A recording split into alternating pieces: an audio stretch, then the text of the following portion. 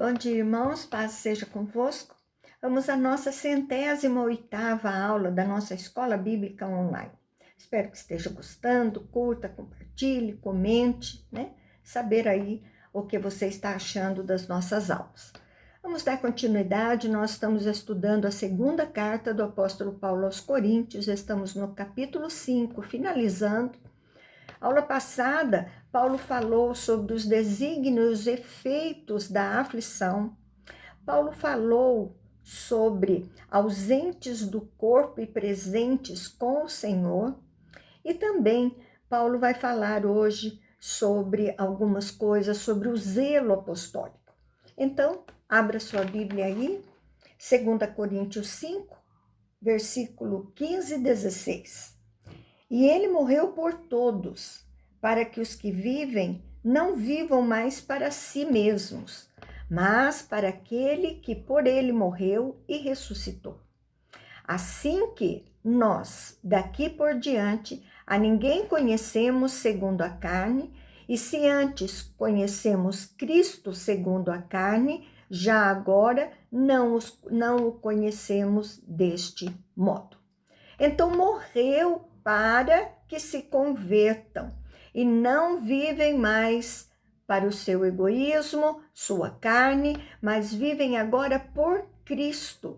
Paulo e todos os que se converteram devem passar a ter uma visão sobre as pessoas de uma maneira espiritual e não segundo a carne. Paulo, quando olhava para os coríntios, ele não olhava como vendo pessoas malignas, longe de Deus, mas olha o ser humano, uma visão espiritual e uma possível conversão. Então, conhecer Cristo segundo o que foi revelado no Evangelho. Verso 17, e assim, se alguém está em Cristo, é nova criatura. As coisas antigas já passaram, eis que se fizeram novas.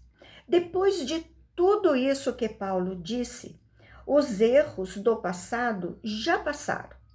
Temos nova criação, um novo nascimento, somos transformados por Cristo. Agora, o ministério da reconciliação. Verso 18 e 19, ora, tudo provém de Deus, que nos reconciliou consigo mesmo, por meio de Cristo, e nos deu o ministério da reconciliação, a saber que Deus estava em Cristo, reconciliando consigo o mundo, não imputando aos homens as suas transgressões, e nos confiou a palavra de reconciliação. Então, tudo que Deus está provendo, mesmo as perseguições, mesmo as aflições, Ele está no controle de todas as coisas. Deus faz com que as pessoas sejam justas diante dele através de Cristo. E esta é a obra do Evangelho na vida das pessoas. Elas precisam crer. Quando isso acontece, Paulo dá um nome muito bonito, Ministério da Reconciliação. Passamos a ser portadores da mensagem do Evangelho, que é Cristo veio salvar, reconciliar o homem pecador com Deus. Então deve ser a nossa pregação sempre. Deus perdoa em Cristo nossos pecados e devemos levar esta mensagem de salvação, de reconciliação a todas as pessoas. Verso 20 e 21, de sorte que somos embaixadores em nome de Cristo, como se Deus exortasse por nosso intermédio. Em nome de Cristo, pois, rogamos que vos reconcilieis com Deus. Aquele que não conheceu o pecado, ele o fez pecado por nós, para que nele fôssemos feitos justiça de Deus. Então, Paulo chama a atenção do servo de Deus para a responsabilidade. Representarmos um país em outro país. Representa os interesses do outro país. Traz as mensagens do outro país. Embaixadores. Então, Jesus nos enviou para sermos portadores da sua palavra por meio dele.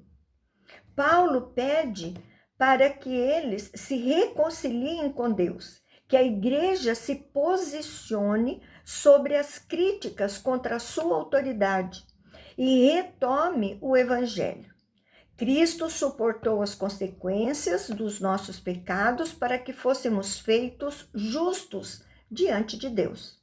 Então, Jesus não conheceu o pecado, mas conheceu a consequência dos nossos pecados na cruz, quando recebeu os nossos pecados. Então, Deus nos transformou justos por causa de Jesus Cristo. Capítulo 6 agora, segunda carta do apóstolo Paulo aos Coríntios, capítulo 6, verso 1 e 2.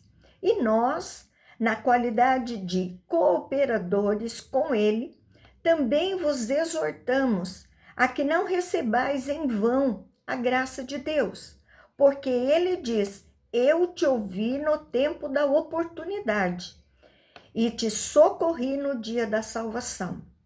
Eis agora o tempo, sobremodo oportuno, eis agora o dia da salvação. Paulo quer uma resposta da igreja, né? Diante do que ele está tratando, a sua defesa. Então, vamos lembrar mais uma vez. Paulo está respondendo a críticas que ele recebeu por meio de uma carta. Então, essas pessoas ali da igreja de Corinto tinham algumas dúvidas sobre o ministério de Paulo, sobre a vida de Paulo, e Paulo aqui está rebatendo essas críticas, está fazendo uma defesa a seu respeito. Então, Paulo está dizendo que eles não deveriam se deixar influenciar para o mal, colocando a perder a obra ali realizada por Deus. Então, existia uma turma que falava mal de Paulo, e Paulo está falando aqui, olha, não deixe isso estar influenciando vocês, né? Em Isaías 49:8, Isaías fala no Antigo Testamento para o Reino Sul. Quando foi para o exílio babilônico, Israel foi destruída, e Deus levou uma mensagem de esperança, de que eles voltariam desse cativeiro. Então haveria socorro quando o tempo chegasse. E Paulo diz o texto para falar que assim como no passado levou salvação, ele também está trazendo salvação no presente. No passado foi cativeiro babilônico, aqui é o cativeiro do pecado. Verso 3, não dando nós motivo de escândalo em coisa alguma, para que o ministério não seja consumado. Então, o ministério de Paulo deveria ser avaliado e aprovado diante do que eles faziam. Então, o escândalo vinha da parte dos falsos apóstolos. Eles eram fraudulentos, né? Eles se levantaram contra o ministério de Paulo. Então, a igreja devia conter isso, porque a obra não pode ser feita em cima de escândalos. Quando existe escândalo na obra de Deus, o ministério é prejudicado. E se Paulo não fosse defendido corretamente, o evangelho seria prejudicado. Então, seria censurado o evangelho que deveria ser pregado. Então, nós falamos aqui, né, que Paulo cumpre o seu ministério com fidelidade. O poder de Paulo vem só de Deus, ele deixa bem claro nessa carta. O desígnio e o efeito das aflições, Paulo fala de tudo que eles passaram, ausentes do corpo, mas presentes com o Senhor. Paulo falou agora sobre o zelo que ele tem sobre o ministério apostólico e o ministério da reconciliação. Agora, Paulo vai falar da sua abnegação. Então, o ministério de reconciliação que Paulo estava falando, ele vai agora concluir. Capítulo 6, verso 3. Não dando nós nenhum motivo de escândalo em coisa alguma, para que o ministério não seja censurado. Foi aí que parou o ministério da reconciliação que Paulo estava falando. Agora, ele vai continuar. Verso 4, pelo contrário, em tudo recomendando-nos a nós mesmos como ministros de Deus, na muita paciência, nas aflições, nas privações e na angústia. Então, nós não demos motivos de escândalos, mas Paulo mostra as marcas do ministério deles. Ele fala lá em 2 Coríntios 5,12, né, quando ele fala das aflições. Paulo não gostava de se auto-recomendar, né? Mas aqui Paulo fala do ministério. E não dele, assim, pessoal. Paulo trabalha as características do ministério, coisas que eles passaram juntos, né? Todos os apóstolos ali que estavam levando a palavra, eles estavam passando por aflições, por dificuldades, e eles deviam reconhecer isso. Versos 5 e 6, nos açoites, nas prisões, nos tumultos, nos trabalhos, nas vigílias, nos jejuns, na pureza, no saber, na longanimidade, na bondade, no Espírito Santo, no amor não fingido.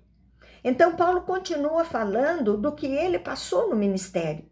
E ele destaca que o ministério cristão é recheado de desafios e sentimentos e ações cheios de sentimentos abençoados, conduzidos pelo Espírito Santo.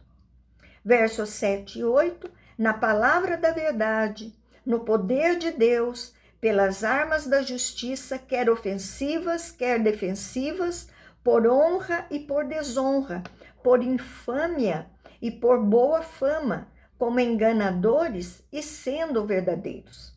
Então, Paulo coloca aqui um ministério que teve muito sofrimento, mas totalmente fundamentado na direção de Deus. Quer mostrar que essas críticas são infundadas. Então, Paulo trabalha 9 antíteses, quer dizer, uma figura de linguagem para criar um contraste.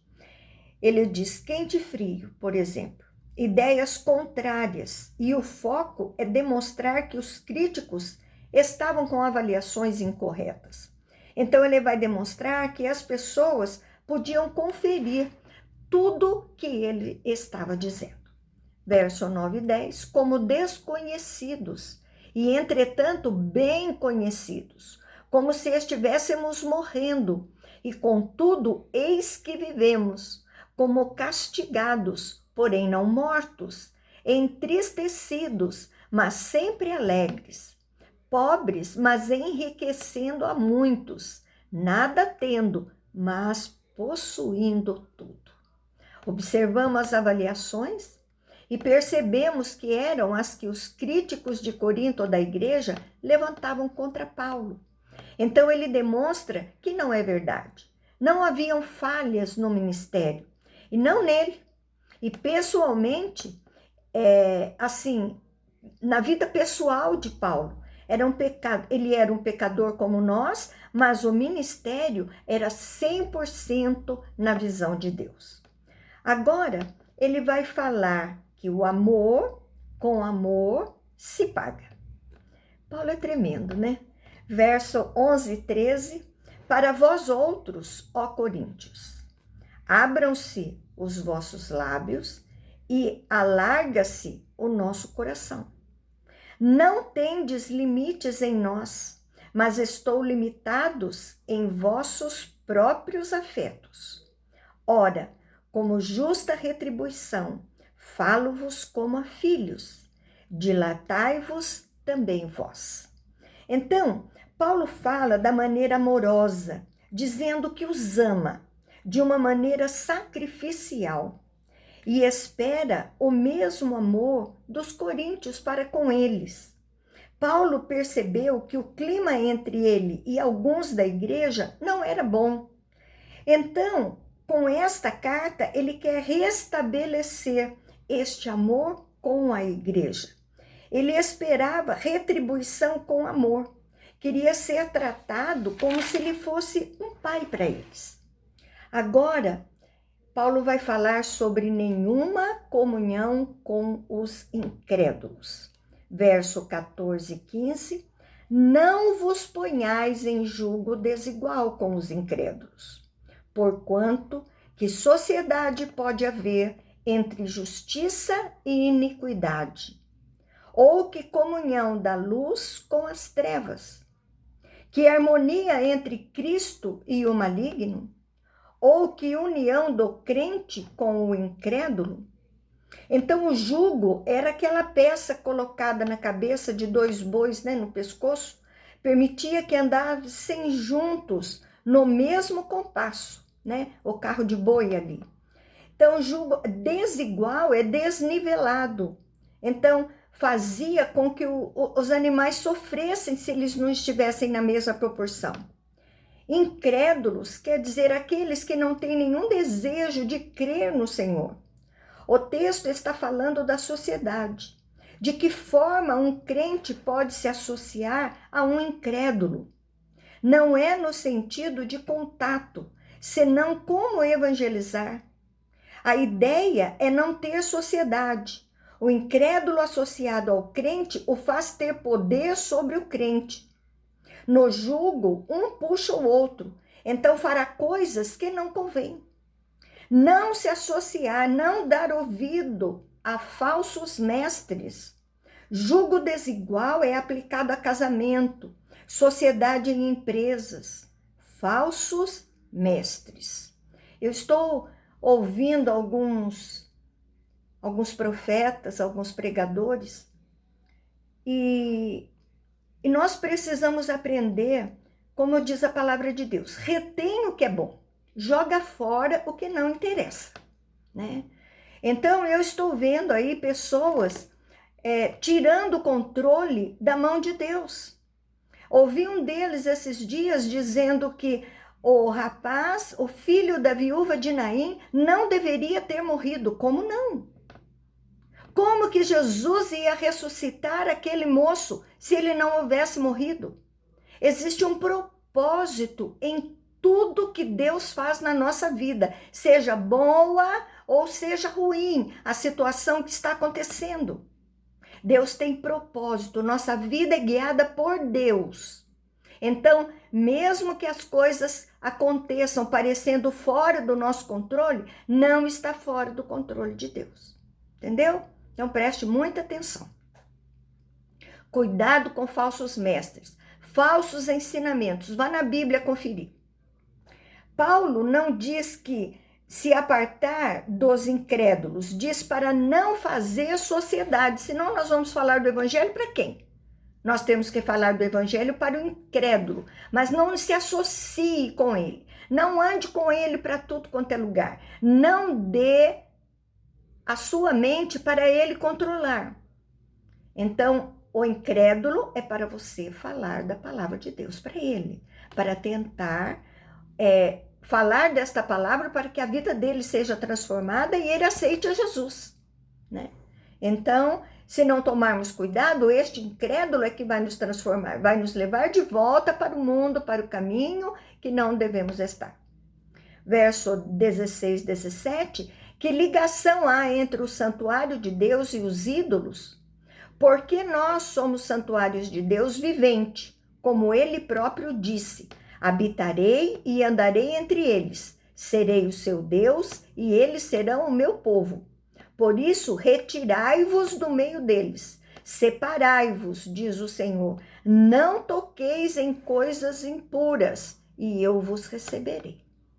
Então, o santuário indica o próprio crente. Nós somos santuários e juntos somos a comunidade. E não há ligação com ídolos. Paulo cita Isaías 52, 11, mas outros versículos são citados também no Antigo Testamento. A ideia não é a proibição de contato com os incrédulos, mas a separação aqui referida é a santificação. Não andar nos mesmos caminhos, não fazer as mesmas coisas. A igreja de Corinto não deveria, de forma alguma, quando identificasse um falso mestre, dar ouvidos e se associar com ele. Pelo contrário, afastar-se daquilo que é impuro. Entendeu? Verso 18: serei vosso pai, e vós serei para mim filhos e filhas, diz o Senhor Todo-Poderoso. Paulo cita aqui 2 Samuel 7, capítulo 7, verso 8 e 14. Somos filhos de Deus e essa é a grande motivação para fazermos a vontade dele e andar como ele deseja. Relacionamento, obedientes ao Pai no contexto, não se associando aos incrédulos. Capítulo 7, verso 1. Tendo, pois, ó amados, tais promessas, purifiquemo-nos de toda impureza, tanto da carne como do espírito, aperfeiçoando a nossa santidade no temor de Deus. As promessas de Deus, habitar no meio do povo de Deus, ser o seu Deus, né, são as promessas. Ações concretas feitas erradas. Ações internas, pensamentos e motivações do Espírito passando pelo processo de nos tornarmos mais santos, consagrados ao nosso Deus. Paulo diz que quando não nos colocamos em julgo desigual com os incrédulos, estamos caminhando para uma vida mais santa. Melhora a nossa vida, agimos mais como Deus deseja, somos aperfeiçoados no temor. Temor é um tipo de medo, um medo que leva à reverência, com respeito, que sabe quem é Deus e com muita honra fazemos o que ele nos ensina.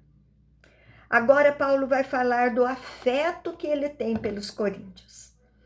Capítulo 7, verso 2 e 3. Acolhei-nos em nosso coração.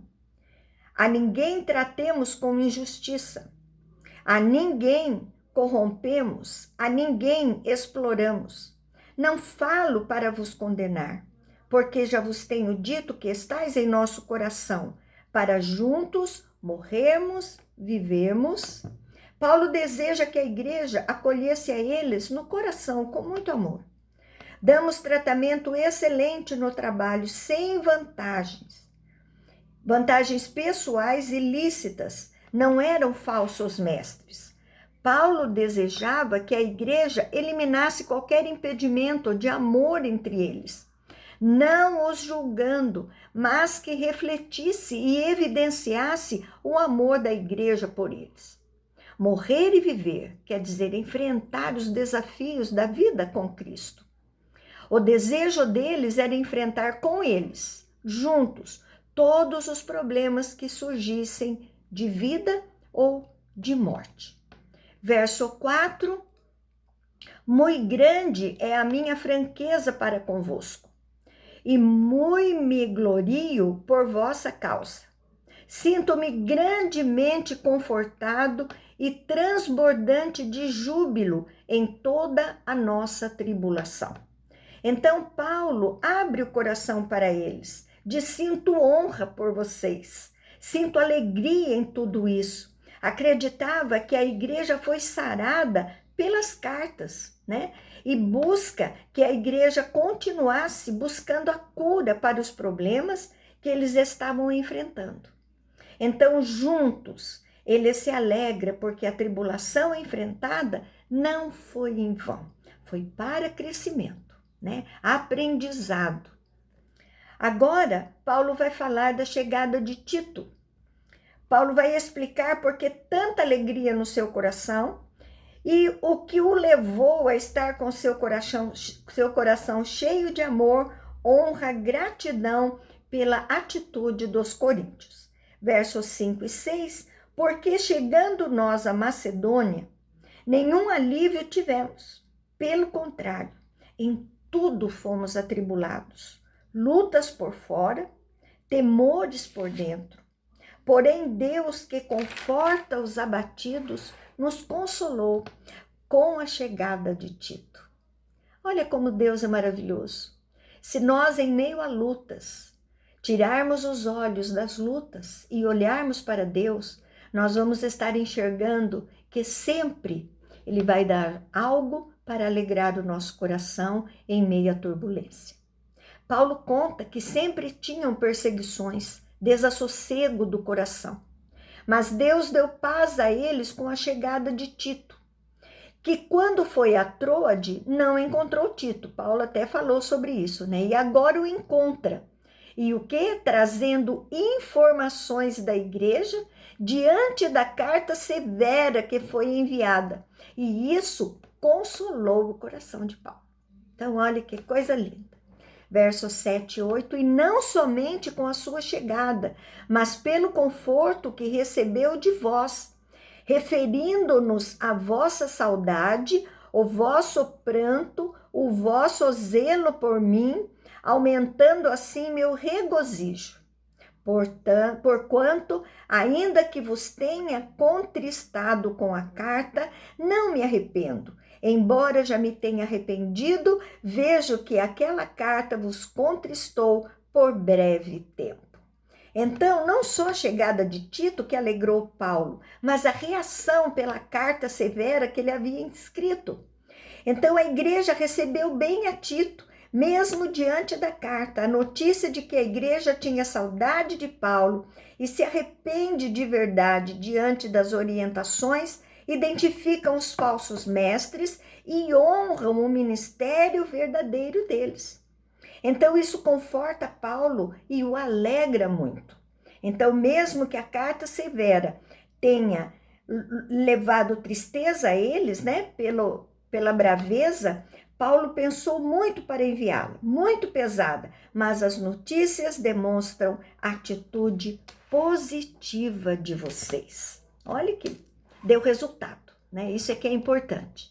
Verso 9 e 10, agora me alegro, não porque fostes contristados, mas porque fostes contristados para o arrependimento, pois foste contristados segundo Deus, para que de nossa parte nenhum dano sofresseis, porque a tristeza, segundo Deus, produz arrependimento para a salvação, que ninguém traz pesar, mas a tristeza do mundo produz morte. Então, a alegria de Paulo não era porque levou tristeza a eles, mas porque se arrependeram. O foco da carta severa era correção. E o que aconteceu? Houve alegria de Paulo, porque veio de Deus a correção. Se eles tivessem rejeitado a correção de Paulo, estavam rejeitando a correção de Deus. Então, eles teriam o seu juízo, o juízo de Deus, e causaria danos a eles, disciplina pesada, mas a carta provocou arrependimento. Então, as pessoas que estavam provocando essa confusão, quando entendem o seu erro, ficam tristes por eles, mas se arrependem. E isso é para a salvação delas. E traz alegria. Então, se elas permanecessem nos mesmos caminhos, iriam colher coisas ruins, tristeza, dor e morte. Então, Tito chega e traz essas informações gloriosas que alegram o coração de Paulo. Amém? Vamos encerrar por aqui hoje. Espero que você tenha aproveitado esta aula, tenha gostado muito, né? Paulo, essa aula fala com muita alegria, explica muito bem essa carta severa, que nós não temos esta carta, né? Ela foi perdida em algum momento da história, mas com muita alegria. Vamos lá. Tenha um excelente domingo com a sua família, na presença de Jesus, e que você possa estar aí nos acompanhando sempre. Amém? Um beijo grande no seu coração e até a próxima aula, se assim Deus nos permitir.